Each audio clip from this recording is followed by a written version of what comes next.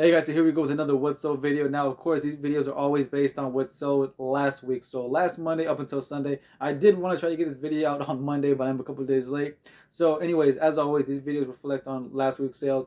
Now, I include anything that's sold for $20 and up, everything under, not so much, because that would be just too long of a video. So we're going to keep anything that's sold for between 20 and up. So the first thing that sold on Monday, last Monday, was this North Face women's full zip fleece jacket. And I mentioned before 1,000 times, man, North Face jackets right now, even though we're in the spring going into summer soon, people still want these things. Most likely up north, obviously, but these things are still in demand. Maybe for not as much, but you can definitely still sell them for sure. Next up, the vintage Banana Republic safari jacket. I found that like I want to say about a month and a half ago. I had that price at like I think it was 30, but after going back and forth with this guy because I had it for so long, I just want to get rid of it. So settled on 22.50. Next up was definitely the sale of the week, which was the Titleist golf bag. I remember when I got that, I paid $5 flat for that. Sold it for $95. I think I had it priced at 120, but same deal, going back and forth with somebody. I was like, you know what, just take it. It's just taking up room. So $95 out of five, an awesome flip. Next up is these Lululemon crop 2-zip pocket leggings, size 8. Yeah, I've mentioned also before that Lululemon, I'm finding out that obviously the newer models will sell way faster than the older models. Whenever I have a newer Lululemon, they seem to sell within like I want to say 2.5 weeks, maybe 3. The older stuff takes about a month or so, sometimes. Next up are these Under Armour golf pants. I found these also about a month and a half ago. I really didn't feel like selling them individually. That would take too long, so I figured I locked them all up because they were all the same size. So whoever donated those obviously came from the same person. So a lot of them all up for $50. A very nice flip there. Like I said, it's I mentioned before, well, going into spring, golf pants were gonna sell. I knew because I got those like in December. No, I'm sorry, no, that's not true. There's no way I got it a month and a half ago. Probably, I want to say almost maybe in February. I probably got this when it was still fairly cold. So now that we're heading into like a much warmer part of the season, I'm not surprised those sold. Next one, Soft Surroundings. That's a brand I don't really pick up that often. I've heard good things about it, but not great things. That's why I don't really pick it up. The one reason I did was because I did like the floral design on it, and the material was really soft. So I figured that could be a decent sell. And I was right. It sold for $20 flat within about I think 3 or 4 weeks. Next one, the Neiman Marcus cashmere cable knit sweater. I have sold so many Neiman Marcus cashmere.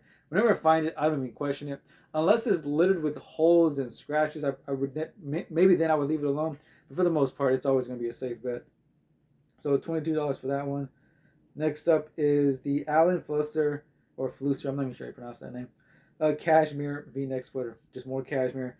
Like just gonna repeat the same thing I just said now. Alan Flusser. I don't really pick up his stuff either. Just like Soft Surroundings, I see his stuff all the time. Very similar the way it's made and designed to Robert Graham, but just nowhere near as much demand.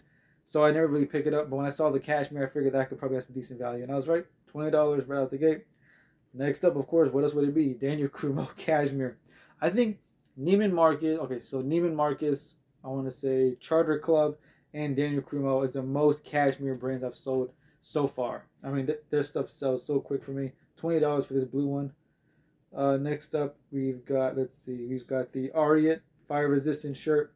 Had that one I think back. That was like one of my old ones. I think that one in January I got that one, but it's finally sold for $23. Also, I think that one. I think I had listed at 25. Someone offered 23. I said just take it.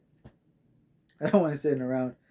Let's see. Next up is the Columbia PFG Bulldog. Got that one about 3 weeks ago. Once again, I know some people love buying all the Columbia they can and selling it. It's an okay brand. It's not gonna, it's not a super guaranteed sale. So I rarely pick it up unless something amazing. But just because it did have that college team on it, I figured I bet somebody out there in the spring and summer is gonna pick that up, and I was right. Took about a few weeks, but it happened. Next up, the Levi 560s. The Levi 560s is one of those things where I was told that, yeah, Levi 560s are amazing. They're going to sell within like a couple of days. Not so much the case. It did take about a month for them to sell, but they finally did. So I'm going to be a lot more pickier when it comes to Levi 560s. So for $20, next up, the St. John cardigan sweater. St. John, a luxury brand. I don't really find it that often. I think I've only found it maybe twice, maybe three times, I think. But definitely, this is one of my first ones finding it. It took about a month almost to sell this one, but happy to see it go for 30. The Eddie Bauer Goose Down jackets. Same thing with the North Face. I know we're in winter. I'm sorry, we're in spring, but people are still buying these Goose Down puffer jackets if it's the right price. And $25 was the right price for this person. And last but not least, the brand that I mentioned before, Affliction, sold it for $20. And I mentioned as well that shirt, that particular shirt, the collar was all chewed up, was falling apart. It had some stains at the bottom. The sleeve right here, same thing, had holes and was like ripping apart. But Affliction is one of those brands where people just do not care. They're willing to spend money if it's in relatively decent condition and if it's a decent design on it. And that's another point right there. $20 for something that cost me like $1.50 to get. So an awesome, awesome flip. And coincidentally, if you watch my previous video, I bought that. I'm sorry, I sold that shirt on Sunday minutes after selling it, just minutes after selling it when I was at the bins, of course, because I was at the bins and I got the notification that it sold. Minutes after that one sold, I found another Affliction shirt that looked even better. And I just laughed. I'm like, wow, one goes out and I bring one more right back in. But anyways, guys, that's going to wrap this up. I did go to the bins today. I just finished doing the video, so that one's going to be uploaded tomorrow.